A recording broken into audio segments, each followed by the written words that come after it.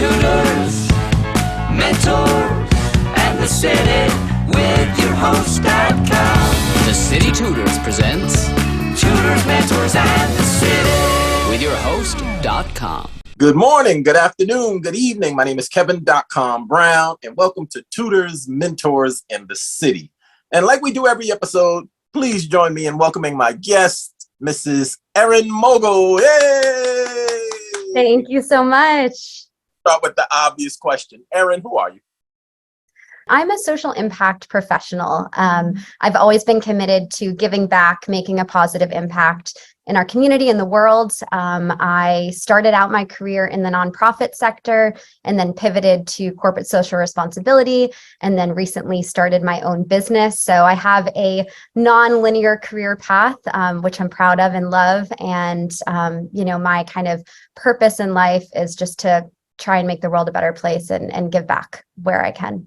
Social impact professional. What does that even mean? Yeah, I think it can mean a lot of different things to different people. So I don't want to make a generalization, but for me, that means I've dedicated my career to philanthropy, to helping underserved communities, to supporting causes that are bettering our society. I've worked across many different areas, started out my career working with immigrants, and I've worked in human rights and international development, and have kind of, sat across different areas of the broader nonprofit social impact space. But for me, it's really been about my North Star, which is how can I make a positive impact in our society in my day-to-day work? I'm an avid volunteer and fundraiser in my free time, but also in my professional work. Okay, and you said you started your own company? I did last October, so I'm a new entrepreneur. What's the name of your company? It's called Elevate Social Impact. I work with companies, nonprofits, and individuals. So I kind of work across the gamut in terms of different folks that are committed to impact. Okay. I feel like I've been very privileged in my life. As a child, I had what I needed. I had more. Looking back, I feel very lucky to have had, it's not about the things, right? It's about the love and the support and the encouragement. And my parents and my family were always like, do whatever you want in your life, just try your hardest. So that was kind of instilled in me. And also philanthropy was instilled in me. So I could speak to that. But definitely, my interest in social impact started when I was a kid. And I went into college thinking I wanted to do so many different things, but that was the wonderful part about the school I attended. I could try a lot of different things and do different classes in different areas. But I ended up feeling really connected to human rights. I led our human rights club at my school. And also community service. I volunteered with 3 or 4 different local charities. One of my greatest experiences of college was being a big sister through Big Brothers Big Sisters for all 4 years. That was a really wonderful experience. Also volunteered with the elderly near my college at a nursing home, and did some other community work. So it was what was happening, of course, in the classroom, but really outside of the classroom, the opportunities I was kind of given. And that ended up leading me to a dual degree in Hispanic studies and anthropology. So then I graduated in 2009, which was not the greatest time to find a job, but I was very fortunate that I was able to land an opportunity here in New York. So moved to New York City in July 2009, started my job like 2 days later, did not know how to get there. I remember this was before the days of smartphones and Google Maps. And I remember I printed out directions of how to get to work. And then I had to call my parents after work because I didn't print out the reverse directions and they weren't exactly the same. So I was like, oh, I had my great first day of my first job, but anyway, so my job was at Catholic Charities in the Immigration Services Department. So it was a really incredible opportunity. I worked with unaccompanied minors, so youth under the age of 18 that immigrated to the US and were detained because they were undocumented. So I worked with lawyers and we supported them on their legal cases. So I speak Spanish, although it's not as good as it used to be.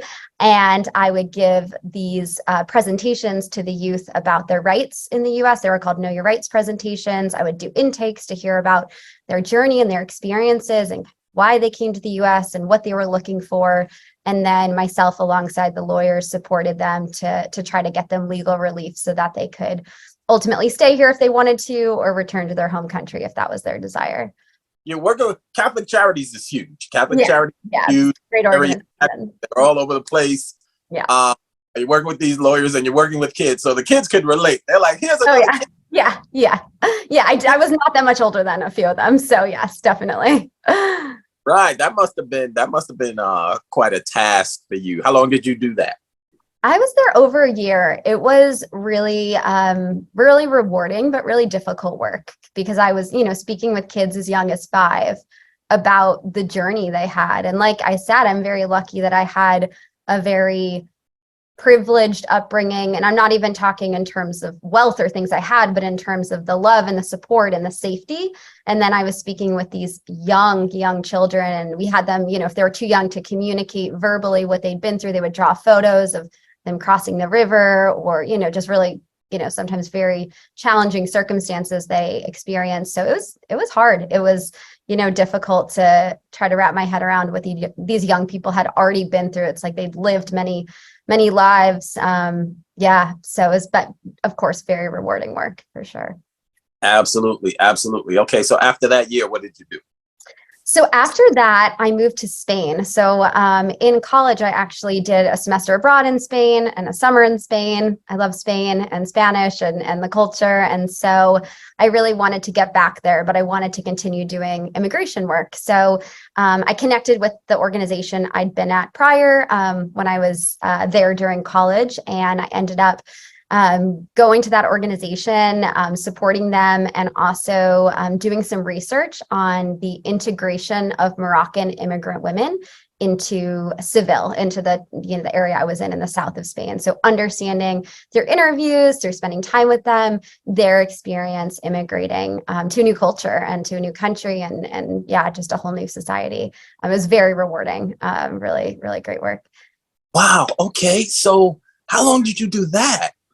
I was there about 7 or 8 months, and my Spanish got a lot better and made a lot of great connections and learned a lot, because it was also a time where there weren't a lot of jobs in Spain. So a lot of the immigrants had moved there for economic reasons, but they were actually returning to Morocco because they figured if there's not work there, they might as well go back to Morocco and be closer to their families, even though they were enduring difficult, financial times. So learned a lot, and got to do some more travel as well throughout the country. So it was great.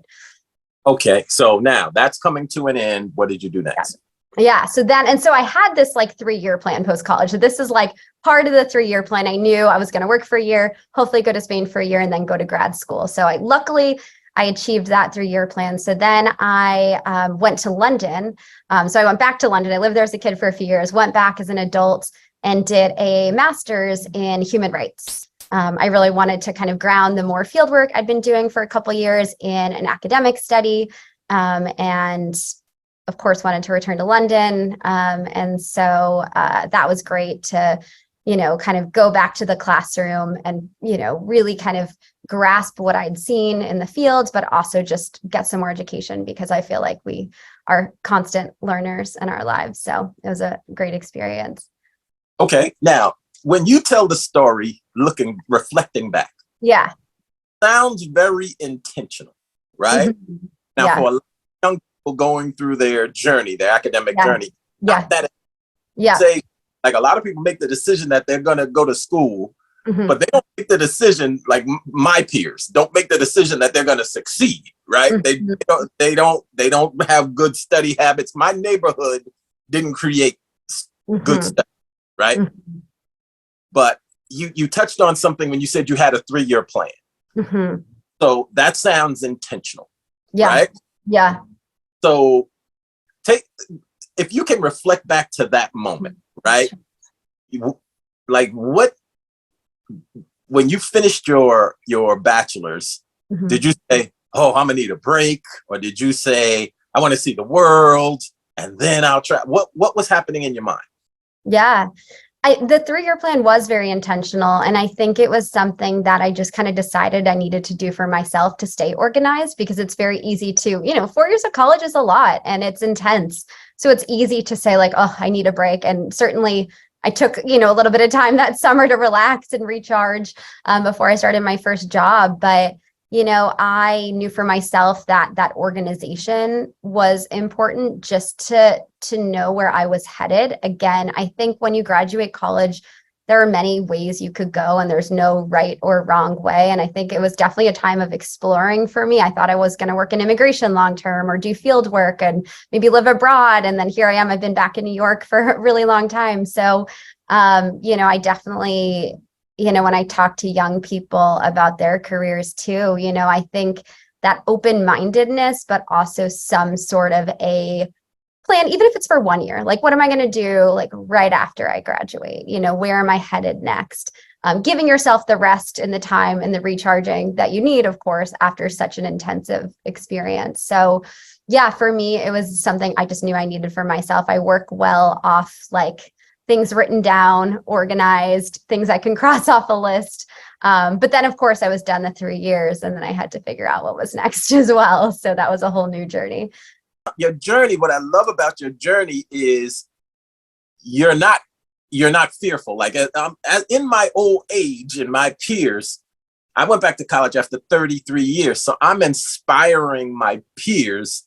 I always thought about going back to school to get my master's or something like that. I'm the inspiration. I'm the poster child of returning to school after decades now, right? Yeah, I love that.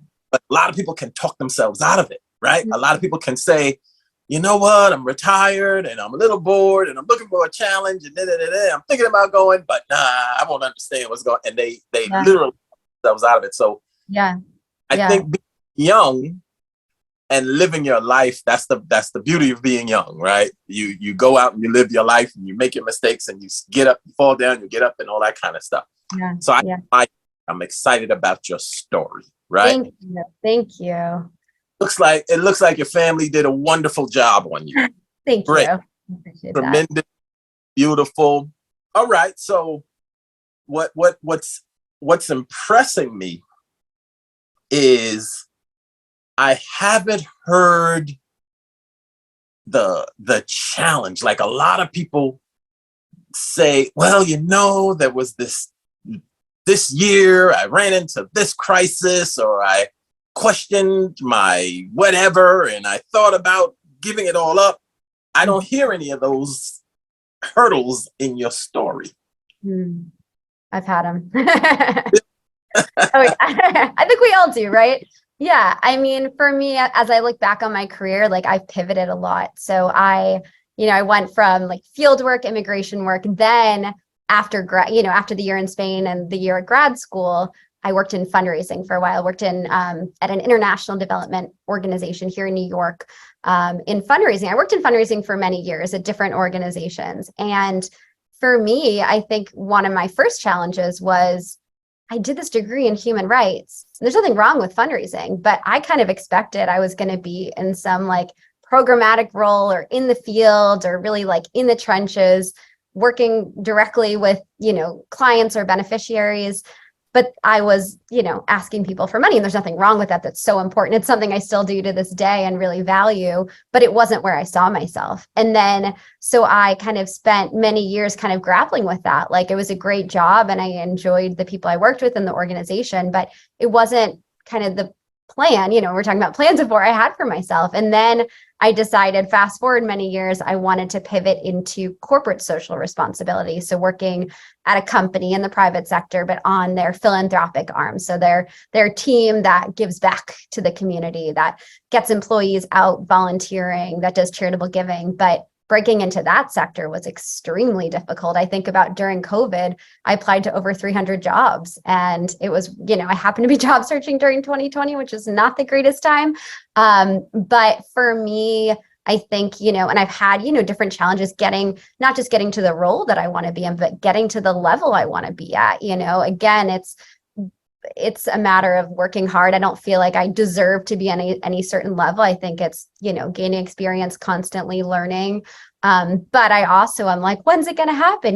We get impatient. So I think for me, it's been a constant journey in pivoting, being open to new things, maybe looking at my career in a different way.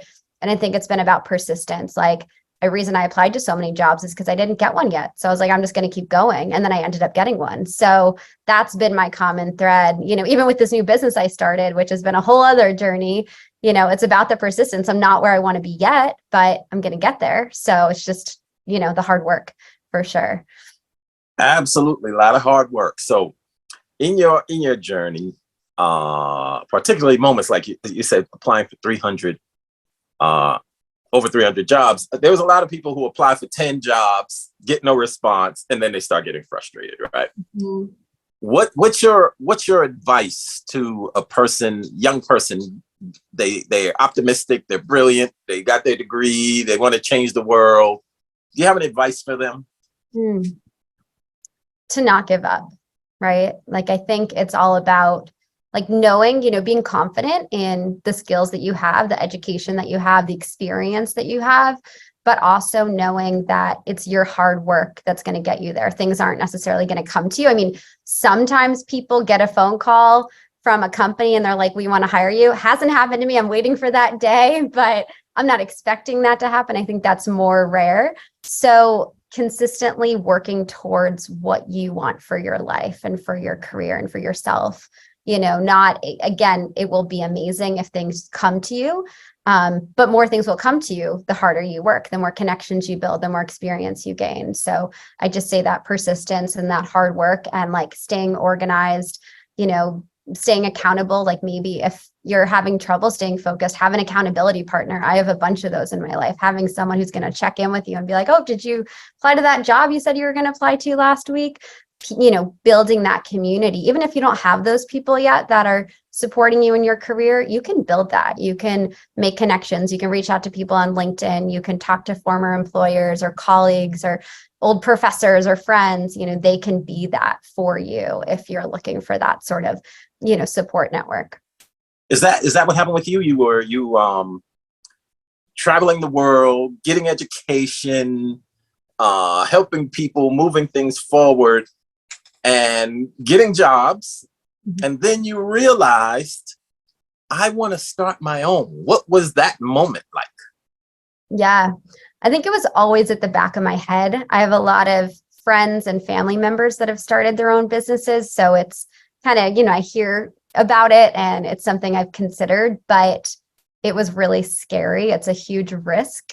There's a lot of unknowns to it as well. So definitely like having that support network, there were people I could lean on or talk to or get their advice, or people who were going to support me no matter what, which was really helpful, because there's always those naysayers. There's always the skeptics, like, really, you're going to make that happen. And I just try to like quiet that, not, you don't want to listen to the people that are not in your corner. You want to listen to, and so many people have been in my corner, been very fortunate. But society can always make you feel like you're not ready to start something. And I'd say if you have the idea, if you have the resources, the tools, the support, to go after it. Because we got one life, so might as well. You made a thought pop in my head. Have you heard of Fiverr? I'm sorry? You made this thought pop into my head as you were. Have you heard of the website Fiverr.com? Yes, I have. Yes, I haven't used it, but I do know of it. Let me tell you something. So I'm a serial entrepreneur. I started my first business 30 years ago. And then I'm always starting businesses. But, even if you have money, I remember going to logo.com or something, paying $699 for a logo. And then my homegirl told me about Fiverr. Yeah. Went to Fiverr and got a even more beautiful logo. As a matter of fact, 4 versions of it. Yeah. For $5. Yeah. Right. So you have to find those apps, those gig economy. Yep. And because the things that need to be done for an entrepreneur, even if you have money, even if you have your own personal money or access to a loan or whatever, that well can run dry if you keep overpaying for stuff. Right? So you have to use those things that facilitate and that you could get for real cheap. A Fiverr will do a logo for you. They'll do your web design. They'll do so many things, and they'll do it in 3 days. You don't have to ask friends. Yeah. So I didn't even intend to tell you those things. Yeah. But as speaking, I was like, I have to share it with her because absolutely. Yeah. I've used Canva, which is a design website. I am terrible at design. But they have all the free designs for you. So it's great. Saves me a lot of time and resources for sure. Absolutely. So I admire anybody going for being an entrepreneur. So I spoke to a guy. I interviewed a gentleman who has an MBA, and he's the head of, executive director of something now. I was doing an interview with him, and I said, when you speak to an entrepreneur, what's the first 3 things you would advise them to do? Mm-hmm. His response, are you ready for this? His response was business plan, and 3 is make a business plan, right? Yeah. So top 3 moves this MBA said. And I like talking because I never in my life made a business plan. Like never. Yeah. Now somebody translated that for me and said, well, you did make a business plan in your head, but I never made a formal business plan. My question to you, when you decided to be an entrepreneur, did you do a business plan?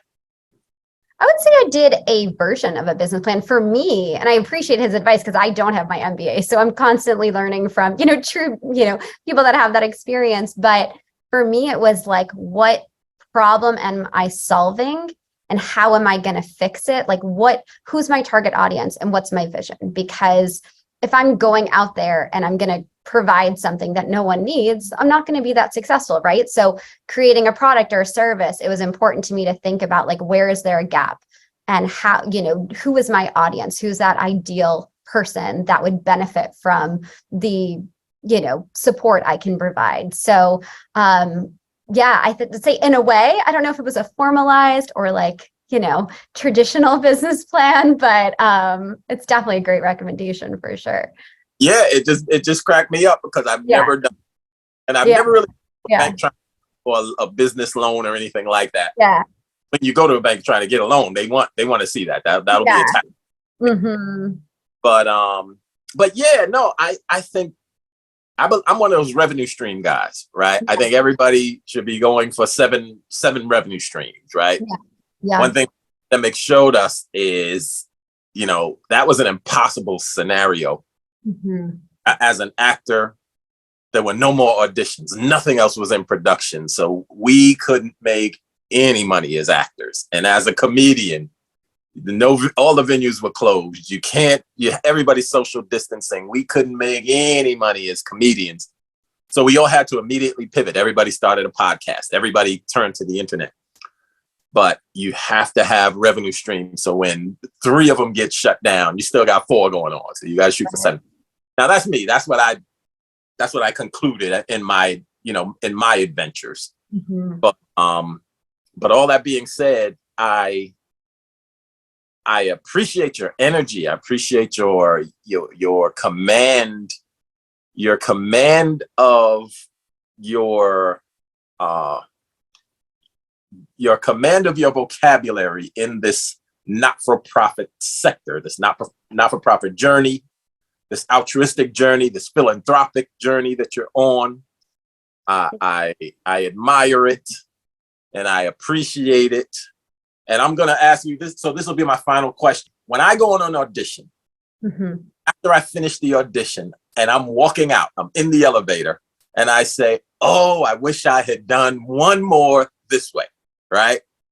The after effect, the afterthought. Yeah. We talked about a lot of things. What would be your afterthought? What did we not cover in this conversation? Yeah. So there's one story I like to share because sometimes people are like, how did you get started on this philanthropic journey? It wasn't just like I was looking through a catalog of careers and I was like, oh, nonprofit or philanthropy, that'll be good for me. There was a reason. So, I did say that I had a very, and still have a very supportive family. But my family, growing up was very involved in philanthropy. All my relatives Especially my parents and grandparents would volunteer in the community, would, give back in different ways. And so my brother and I, when we were little kids, we, loved lemonade stands. We lived in the suburbs. We had the lemonade stand the summer every day. It was the greatest thing ever. And I remember we'd make, not a ton of money, but we would definitely make some sales. And then I remember it was probably in the early days of doing this, we'd make the money and my brother and I were really excited, like we're going to get some candy or something. My parents would say, okay, which charity do you want to donate the money to?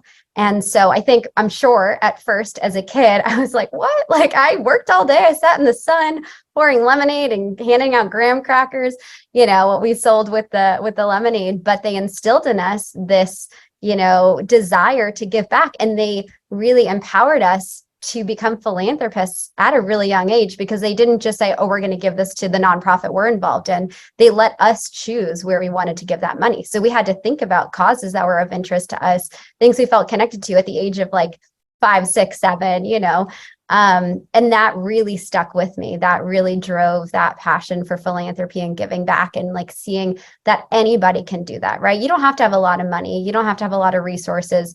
If you have $1 to give, that makes an impact. Again, we were giving probably $10 each time, maybe, but it made an impact, and it made us feel really empowered that we could make an impact in our community, make some change. So that definitely stuck with me in my career and just my, life as it is now. Outstanding. So yeah, your parents set the whole thing off, and I admire that. I respect that. That was beautiful.